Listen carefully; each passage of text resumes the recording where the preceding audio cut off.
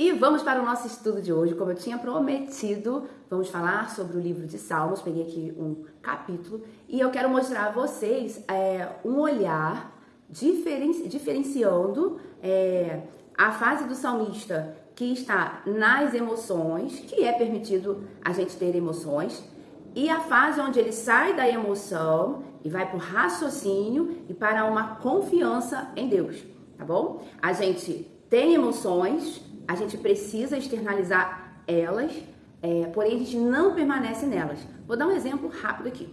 Se eu ando de bicicleta e eu caio, me machuco, eu vou chorar, eu vou sentir o machucado doendo, vou ter um incômodo, eu vou ficar chateada comigo porque dei mole em alguma coisa, né? Freiei demais, passei em cima da areia e, puxa, eu não precisava ter feito isso.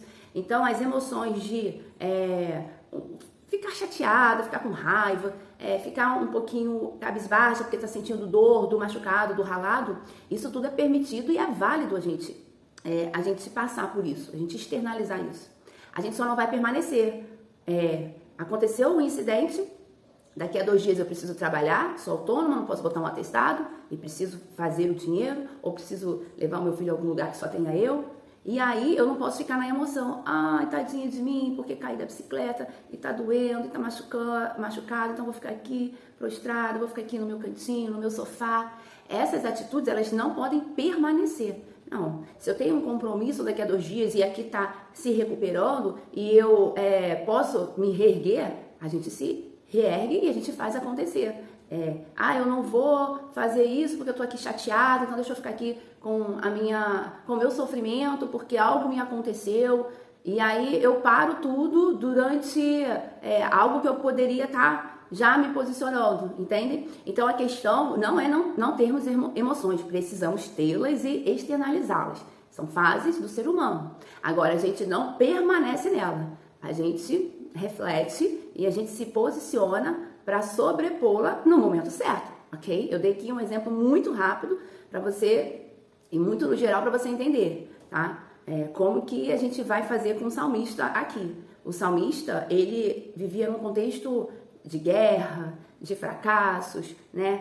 De atitudes erradas, de inimigos o afrontando. Então você vai perceber ao longo de vários salmos que ele sim, ele se prostra, ele clama, ele questiona, ele se põe como vítima para ter o socorro de Deus, ele se põe, né, como um alvo e aí pede socorro. Ok, é isso que eu quero que vocês leiam e consigam separar essa fase do salmista da fase propriamente dita relacionada à nova aliança, que existe ainda que no salmista. E quando a gente consegue fazer essa separação quando a gente consegue fazer essa separação, a gente consegue olhar e aprender mais sobre a graça. E a gente consegue exercitar o olhar sobre a graça. É isso que eu desejo que vocês consigam fazer no dia de hoje. Ouvir o meu estudo, ouvir a minha forma de ler os salmos e a minha visão, tá bom? Sob o olhar da graça e aplicar aí para vocês. Por quê? Porque isso surte resultado na nossa vida hoje. Quando a gente consegue separar as emoções do posicionamento, a fase das emoções com a fase do posicionamento, a gente avança mais rápido. A gente tem um resultado melhor, tá bom? Por quê? Porque a própria palavra diz que o poder do evangelho está na boa notícia. E a boa notícia é o que Jesus fez por nós. E o salmista fala isso em alguns versículos durante toda a história dele de sofrimento, né, de alvo, de ter errado. Então, quando você for olhar o livro de Salmos e conseguir conseguir enxergar, ter essa percepção, aqui ele está no posicionamento da nova aliança, aqui ele está nas emoções, aqui ele está barganhando, aqui ele está se fazendo de vítima para conseguir a atenção de Deus. Se a gente conseguir fazer isso na hora da leitura, nós vamos ser edificados ainda mais, porque esse é o poder. O poder do evangelho é a boa notícia, tá bom? Então vamos lá. Salmo 40, foi esse que eu escolhi. Eu vou lê-lo e aí a gente vai conduzindo essa percepção. Vamos lá. Número 1. Coloquei toda a minha esperança no Senhor, Ele se inclinou para mim e ouviu o meu grito de socorro. Ok, Ele colocou toda a esperança em Deus, já teve uma resposta, né? Ele me tirou de um poço de destruição. A gente entende, como cristãos, que Deus ele tem esse poder, né? A gente confia, a gente tem a segurança nele e ele faz por nós. Como a gente tem essa segurança nele? Como a gente deposita isso nele hoje? Crendo na obra redentora. Peraí.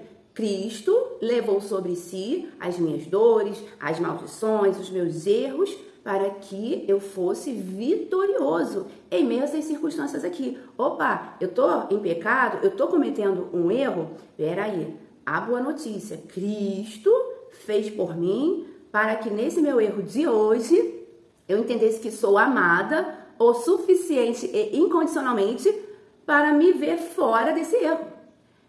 Esse é o poder do Evangelho. E aí ele fala depois, vamos lá, continuando 2. Ele me tirou de um poço de destruição, de um atoleiro de lama, pôs os meus pés sobre uma rocha e firmou-me no local seguro. A nossa rocha é Jesus, o nosso local seguro é Jesus. Por quê? Porque olhando para Jesus, a gente entende o que ele fez por nós e a gente ganha força para reagir. Por quê?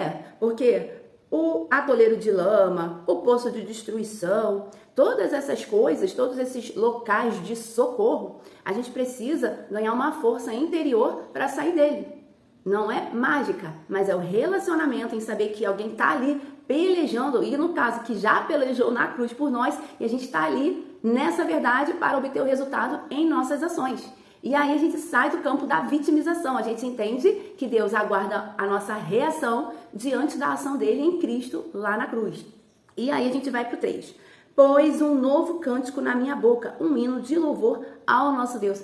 Gente, sempre quando você escutar um novo cântico, a rocha, a firmeza, esse novo cântico, você que já entendeu a justificação nossa por meio da fé, imagine só, você cantar algo a Deus, você falar dos benefícios de Deus, entendendo que você precisa fazer algo para receber, diferente de que você já é algo e agora você recebe de Deus.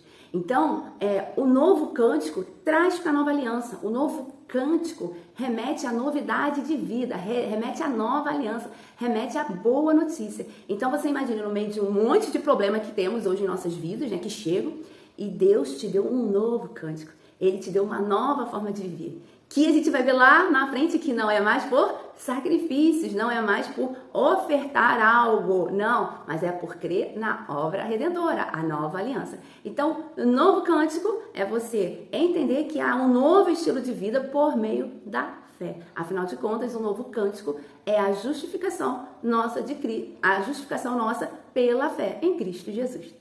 Vamos lá. Muitos verão isso e temerão e confiarão no Senhor. Ou seja, muitos verão, conhecerão de verdade Deus. Temer a Deus não é ter medo, mas é conhecê-lo, é entendê-lo. Então, vamos entender sobre a nova aliança, sobre esse novo cântico e vamos confiar nele. Afinal de contas, quando você entende, sabe que você tem um Deus que te protege incondicionalmente, não porque você merece, mas porque você foi justificado por Cristo na cruz, o que a gente pode temer? Qual local assim de derrota que a gente vai permanecer? Nenhum. E aí você sempre pode lembrar do Paulo, lá do Novo Testamento. Paulo, quando estava nas circunstâncias parecidas com o salmista, quando estava preso, o que ele fazia? Ele adorava e ele continuava ali firme e forte no plano perfeito, na revelação que já tinha sido dada a ele. Então, Paulo, ele tinha forças. Paulo, ele não permanecia nas emoções tanto quanto o salmista, porque Paulo, de fato, foi um marco da representatividade, da essência da nova aliança, do plano perfeito. Ele entendeu o que Deus tinha feito definitivamente pela humanidade por ele em Cristo Jesus. E é legal você fazer essa comparação do ser humano estar diante de um problema e reagir. Por quê? Porque a gente absorve mais a verdade, o caminho para as nossas vidas de hoje. A gente não fica muito tempo no lamento, nas lamentações, tá bom? A boa notícia não fica muito tempo, quando a gente entende a boa notícia, a gente não fica muito tempo nas lamentações, porque as lamentações nos levam para um quadro ou depressivo ou ansioso. Ele não nos deixa analisar o hoje para avançar, tá bom? Lembrando que o poder do Evangelho é a obra redentora. Continuando. O versículo 4 do Salmo 40. Como é feliz o homem que põe no Senhor a sua confiança e não vai atrás dos orgulhosos, dos que se afastam para seguir deuses falsos. Lembrando que o que é o cristianismo? É todo aquele que recebe o Cristo como mediador, como a pedra principal, a ponte para você ter contato com Deus por meio do Espírito, mas ter contato com Deus, ter a comunhão com Deus por meio do Espírito. Entender que vai ver Jesus face a face, que vai estar com Deus com o corpo glorificado e que os seus pecados foram remidos por conta do sangue de Jesus. Se você crê dessa forma, você é um cristão. Ah, Josiane, mas aquele cristão está fazendo assim, está fazendo assado, ou está colocando, está idolatrando uma pessoa, está idolatrando uma imagem. Ei, cada um tem um processo das escamas caírem. Cada um tem um apego que não compete a mim ou ao outro falar, ok? Mas sim a gente continuar mostrando a boa notícia. Existem posicionamentos que a gente vai ver que é totalmente contrário ao que Deus quer, no sentido de pessoas declaradas que adoram o diabo, entendem? Isso são esses deuses, ok? Então, a gente tem a sensibilidade e ao invés de ficar olhando quem está fazendo o que com deuses, a gente mostrar a boa notícia. E aí Deus vai fazer a obra, assim como tem feito em mim e como tem feito em você, que já entendeu que é por meio do Cristo que tudo, exatamente tudo, passa. Da nossa vida passa por Ele, para dar certo, ok? Então aqui ele... No 4 falou, como é feliz o homem que põe no Senhor a sua confiança, ok? Vamos para o 5. Senhor, meu Deus, quantas maravilhas tens feito. Não se pode relatar os planos que preparaste para nós. Gente, isso aqui é graça, porque não se pode, mas não se pode mesmo. Se você já vive uma vida de desfrute, tenha certeza que tem muito mais. Se você já consegue exalar a saúde divina, andar em saúde, andar na comunhão, entender que você está 24 horas unido ao Espírito de Deus, e aí a comunhão é por 24 horas, esteja você onde estiver, esteja você fazendo o que estiver. Gente, tem muito mais que isso. A plenitude de Jesus, e que eu costumo dizer que aqui na Terra a gente não consegue manifestá-la em 100%, a gente já fica assim, extasiados, alegres, o pouco que a gente consegue manifestar. Imagine assim, quando a gente conseguir vivenciar a plenitude dele 100%, externalizar, porque a gente precisa entender que a plenitude do Cristo já está dentro de nós 100%, porque se o nosso espírito é unido ao Espírito de Deus, não tem como a gente ter parte da plenitude. Acontece que externalizar ou usufruir, desfrutar dela, a gente não consegue 100%, porque a gente ainda tem uma carne e uma alma, e a gente habita num corpo que não é o espiritual, e a gente usa isso no dia a dia. Então, existe uma divisão de atenção. O nosso raciocínio, lógico, ele não consegue ser um raciocínio espiritual, se eu posso dizer assim, tá bom? Então, eu fico contente e isso me energiza para amanhã, na segunda-feira, acordar e fazer acontecer independente das dificuldades. Por quê? Porque as maravilhas de Deus para nós são infinitas. Não posso relatar tudo que o meu Pai tem para mim, eu não posso. Então, vamos viver. Vamos viver o que a gente consegue acessar, o que a gente consegue manifestar aqui na Terra. Eu queria proclamá-los e anunciá-los, mas são por demais numerosos. Então, quando você acorda com essa boa notícia, que aqui o salmista estava falando do Evangelho e não das suas emoções tenebrosas, oscilantes, e que estão as emoções que retratam as suas preocupações. Não, aqui ele foi direto ao ponto do plano perfeito. Aí no 8, que é o principal da gente, e esse aqui, assim, é o que a gente tem que se apegar, que é o 8 que ele fala assim, sacrifício e oferta não pediste, falando para Deus, mas abriste os meus ouvidos. Quem tem ouvido, ouça o que o Espírito diz às igrejas. Gente, não tem como, eu posso aqui falar, eu já estou aqui bastante minutos falando. Agora, se você não se posicionar em querer deixar o Espírito te revelar e testificar o que eu estou falando, e depois você ler as Escrituras e confirmar, não adianta. Porque não é sobre a minha voz, é sobre o Espírito por meio da Josiane. Então, ele fala, mas abriste os meus ouvidos. Então, não é sobre sacrifício, não é sobre oferta para perdão de pecados. para a comunhão, para a presença de Deus estar em mim. Não. É sobre os ouvidos que Deus abriu, ok? Deus nos fez enxergar o amor dele, a nova aliança, o verdadeiro sacrifício pelo Espírito, por meio do Espírito.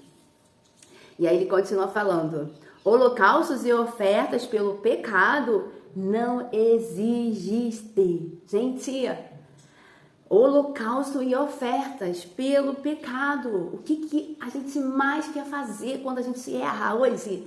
A gente quer barganhar. A gente quer se posicionar não na obra redentora, mas no sentido: Deus, eu errei com você, mas a partir de amanhã eu vou fazer assim, assim, assado. Mas agora eu vou subir aqui para você me ouvir. Mas agora eu vou ler tantas vezes por dia para você me escutar e me perdoar. Mas agora eu vou me ajoelhar e pedir perdão por isso, para você me ouvir. E aí a gente entra na meritocracia. Isso é super natural do ser humano de hoje, da nova aliança. Então, fez algo de errado, falou algo de errado, se comportou indo de encontro, né, à palavra de Deus, porque, entenda, o erro existe. As ações que vão de encontro à palavra de Deus, elas existem. Eu estou falando sobre o caminho para se levantar, o caminho para entender que você tem poder para sair disso, é a obra redentora, não é o sacrifício nem a oferta. Deus, ele não exige mais isso. Isso foi exigido na vida de Cristo, na crucificação de Cristo, para que Deus hoje não exigisse isso da gente. Porque a gente simplesmente não iria dar conta de sacrificar, de ofertar na proporção dos nossos erros. E traria uma consequência da gente não conseguir uma condenação. E a condenação traz fraqueza para sair do erro, ok? Então, o coração, a mente, a consciência, a reflexão sobre a nova aliança, sobre que Deus não está me exigindo para que aconteça algo bom para mim, me traz um descanso na mente e aí me gera uma ação de poder sobre o que eu estou fazendo que está de encontro às vontades de Deus, à palavra de Deus. Então, não é sobre não existir o erro. A gente não foca no erro. Se você focar no erro, vai dar ruim. Foca na nova aliança. Foca no que Jesus fez por você. Então, assim, poderia parar por aqui, porque esse é o clímax do Salmo 40. Ele declarando a nova aliança, sem estar na nova aliança. Isso é uma revelação. Agora, ele oscilava. Por que ele oscilava? Porque todo mundo oscila e porque ele precisava mostrar essa oscilação, deixar aqui escrito a oscilação pra gente. E a gente entender isso que eu tô querendo ensinar vocês. Aonde ele está na alma, onde ele está está tendo um posicionamento. E aí você vai ver aqui agora que é a partir do 11. Vou continuar lendo, você vai ver que ele está indo de boa, ok? Mas do 11 em diante, você vai ver que ele vai oscilar na hora de falar sobre essa força, ok? Então vamos lá, 7. Então eu disse, aqui estou. Existe um perigo de falar aqui estou, porque quando você fala aqui estou, você traz a responsabilidade para si de resolver as suas emoções. E eu tenho uma novidade, as nossas emoções, elas nunca são resolvidas por nós mesmos. Elas são subjugadas quando o Espírito entra em ação. Então tá aí a diferença do cristão na hora de sair do BO. O cristão entende que o seu espírito é vivificado no Espírito de Deus e aí ele vai para essa verdade e ganha força para agir, tá bom? Isso é o bom de entender o cristianismo.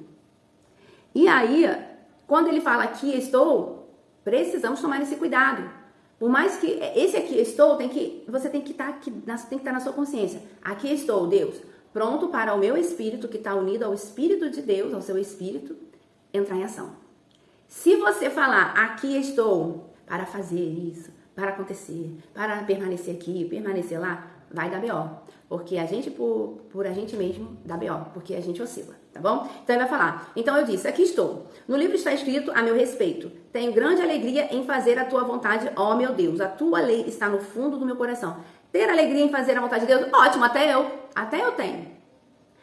Agora você tem que tomar cuidado que esse fazer tem que estar na base que eu te falei, a consciência do seu espírito unido ao Espírito de Deus. Então você tem que ficar alegre só por conta da boa notícia e as demais coisas serão alegres. Vai por mim, que é o que eu vivo aqui diariamente, é o que me alimenta e faz eu avançar independente das circunstâncias. E aí ele fala, e aí a tua lei no fundo do meu coração. A gente precisa lembrar que a lei se resume no amor, mas não não é a toda forma de amar, né? Como a gente muito se ouve. Não, é a gente entender que existe certo e errado, a gente vai amar a pessoa independente da escolha dela e vamos continuar com a nossa escolha. E o fruto do amor é andar condizente com o que a palavra de Deus fala. Entenda isso. A consequência de você ir para o amor, amar o próximo como a si mesmo, é você aprender a andar conforme as diretrizes e bases de Deus, deixado por Ele. Só que a gente não pensa nas diretrizes, a gente ama e isso é naturalmente, isso é o cristão maduro. O cristão imaturo precisa da lei, precisa meditar na lei de dia e de noite. O cristão maduro, ele medita no quanto ele é amado, ele aprende a se amar, aí ele olha para o outro e entende e aprende a amar o outro, e aí ele começa a exalar os mandamentos do Senhor. É muito, muito bom, é muito dinâmico, é muito fantástico a gente entender essa ordem, a melhor ordem para você obter um melhor resultado. Vamos lá. Aí o 9, eu proclamo as novas de justiça. Falou nova, falou novo, lembra da nova aliança, a justiça de Deus em Cristo. Na velha aliança, precisava a justiça ir direto para o povo, por isso o que a gente vê tanto aqui no Velho Testamento, que a gente fica assim, acontecia isso, mas Deus é um Deus justo. Então, ele precisava punir o erro e abençoar o acerto. E aí, olha que lindo, eu proclamo as novas de justiça na grande assembleia, como sabe, Senhor, não feche os meus lábios, não oculto no coração a tua justiça. A justiça de Deus? A justiça da Josiane? A justiça do amigo? Não, a justiça de Deus. A justiça de Deus aonde? Na própria Josiane? Não, a justiça de Deus em Cristo. Tá lá em Coríntios, ok? Falo da tua fidelidade e da tua salvação. Deus, ele é fiel e salvador em Cristo para conosco. Foi fiel para cumprir a obra redentora para a gente desfrutar aqui na terra da sua paternidade, ok? E a salvação, ou seja, a proteção de Deus para a gente aqui na terra e quando a gente for estar com ele com o corpo glorificado, ok? Aí agora, observa agora a diferença, olha, começa assim, ó. Não me negues a tua misericórdia. Misericórdia é o ato, né, de dar a você o oposto do que você merece. Mas acima da misericórdia, a excelência, uma coisa mais excelente que é a misericórdia é a graça, porque a graça é o favor imerecido. Ele nem vai, você fez isso, então ao invés de receber isso aqui, eu vou trocar, então eu vou ter misericórdia e não vou fazer com você aquilo que deveria ser feito. Misericórdia. Graça, favor imerecido. Ele olha para Josiane, toma Josiane, tá pago. É bem assim. Então ele começa. Não me negues a tua misericórdia, Senhor, que o teu amor e a tua verdade sempre me protejam. Ótimo. Pois incontáveis problemas me cercam.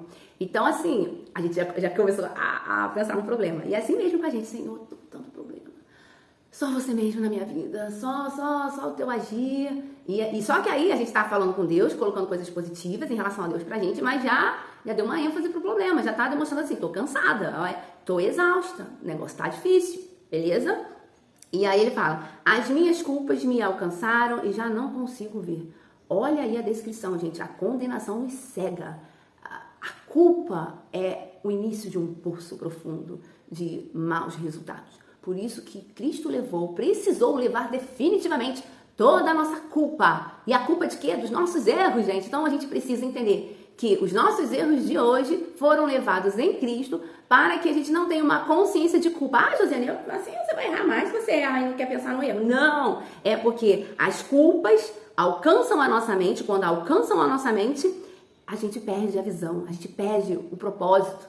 Então não tenha medo de não ter a consciência da culpa, mas tenha o prazer de ter a consciência que a sua culpa foi levada para que você tenha um resultado magnífico em relação a esse problema, a essa fraqueza que chegou até você, tá bom? Mais numerosos são que os cabelos da minha cabeça e o meu coração perdeu o ânimo. Olha a consequência de uma consciência na culpa.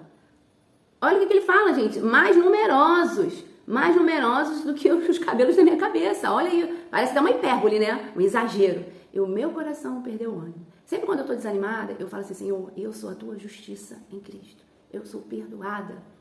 Esse erro, essa circunstância aqui, ela não me pertence, ela não me define. E por que eu falo isso?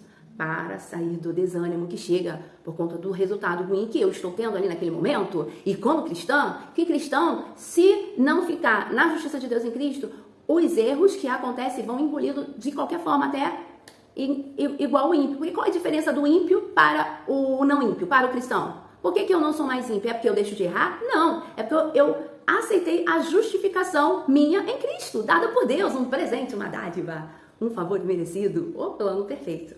E aí ele vai para o 13. Agrada-te, Senhor, em libertar-me. Apressa-te, Senhor, e ajudar-me. Seja humilhado e frustrado todos os que procuram tirar-me a vida. Aqui ele já começa a sair da graça. Aqui ele já começa a oscilar. Porque ele fala que Deus está atrasado. Porque assim, Deus já nos libertou. Deus já nos salvou na graça, na nova aliança. E aqui ele fala, apressa, te ajuda. Sempre quando a gente fala assim, Senhor, ajuda, me apressa. Sempre quando a gente fica nesse diálogo de tipo assim, vem logo, Deus. A gente está na emoção, na emoção, porque Deus já veio, Deus está dentro de mim pelo Espírito, e aí eu tenho que acessar isso para resolver o problema. E aqui ele começou, vem, não, emoção. Pode fazer isso? Pode, já fiz isso, fiz e faço, mas não permaneço nisso. Já agradeço, obrigada, porque na cruz, isso aqui já está resolvido. Na cruz eu já me ergui e vamos embora para o próximo nível. É bem assim. E aí ele vai embora, ele começa. Aí ele ataca quem? Os inimigos. Quando a gente não está focado no Cristo, a gente começa a atacar os inimigos. E aí ele fala assim, sejam humilhados e frustrados, todos que procuram tirar minha vida, retrocedam, desprezados os que desejam minha ruína. Isso aqui está na alma.